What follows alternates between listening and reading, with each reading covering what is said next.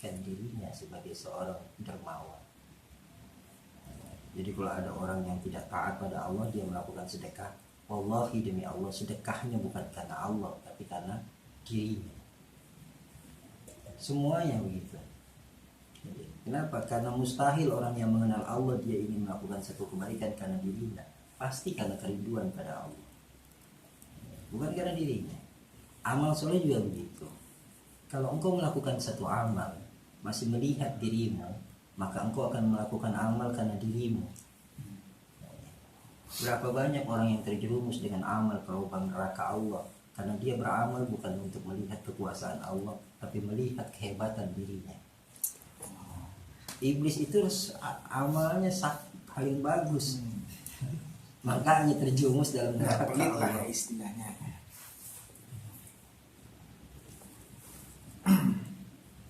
Berarti orang kalau sudah dia menjaga sholat, dia baca Al-Quran, maka ujiannya bukan lagi dalam keadaan dia mabuk, berjudi dan melakukan maksiat-maksiat yang lainnya, tapi satu kesombongan yang ada.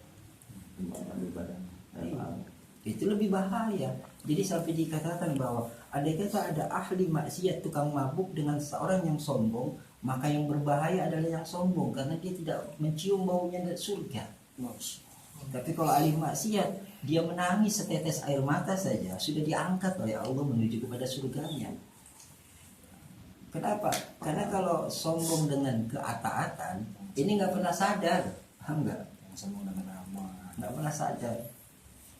Wah, Nabi Musa ngangkat tangan, ternyata ketika berdoa semuanya bangga dengan amalnya, tapi kata malaikat, kabarkan kepada semua umatku yang ada berdoa, katakan doa itu terkabul karena ada ahli maksiat yang ada di tengah-tengah mereka.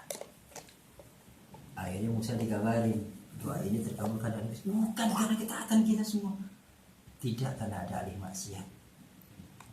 Siapa ahli maksiatnya? Ada satu hamba yang ahli maksiat. Cuman dia masuk datang ke rombongan orang yang taat, cuma dia menangis, ya Rob, jangan jadikan dosaku penghalang doa mereka yang taat semua. Karena kata-kata itulah yang akhirnya Allah turunkan rahmat padanya. dia mengaku. Ya Allah, saya. Jadi dia menangis karena kelemahannya benar-benar. Apa ada orang yang memusungkan dada ketika dia menyadari dosa? Tapi apa ada orang yang menunduk ketika dia melihat kehebatan ibadah? Tapi kalau dosa, nunduknya minta ampun di hadapan Allah. Sehingga Allah senang sekali sampai malaikat bilang, dekati hambaku itu. Kenapa? Rasa nunduk dia, rasa takut dia, rasa sedih dia, maka sudah menggempangkan arsku. Tapi kalau yang kita udah duha kan begitu, kalau udah udah amal soleh kan begitu. Doa yang angkat tangannya juga. Tidak ada ibadah yang dilakukan seseorang hamba kecuali dia berdasarkan dari iman. Kalau tidak ada iman, maka dia tidak mungkin melakukan ibadah. Itu saja ibadah. Dengan kau harap menganggap orang-orang yang di luar itu istilahnya tidak ada amal yang hebat. Kenapa? Ada amal yang tidak kita ketahui. Sampai-sampai Imam Ghazali mengatakan bahwa aku tidak tahu kalau Allah memuliakanku hanya setetes lalat saja yang perlu titik-titiknya di penahku. Padahal amalku banyak. Tapi ketika aku melihat menatap hasanahnya Allah, ternyata Allah mengatakan hanya setetes lalat yang meminum tintaku aku dimuliakan oleh Allah. Apa sih yang menyebabkan bisa sombong? Satu, mengenal semua kebaikan yang ada pada kita yang kita lakukan. Apa yang menyebabkan kita tawadhu? Banyak mengingat dosa di hadapan Allah. Sehingga itu yang dilakukan Umar bin Khattab radhiyallahu anhu.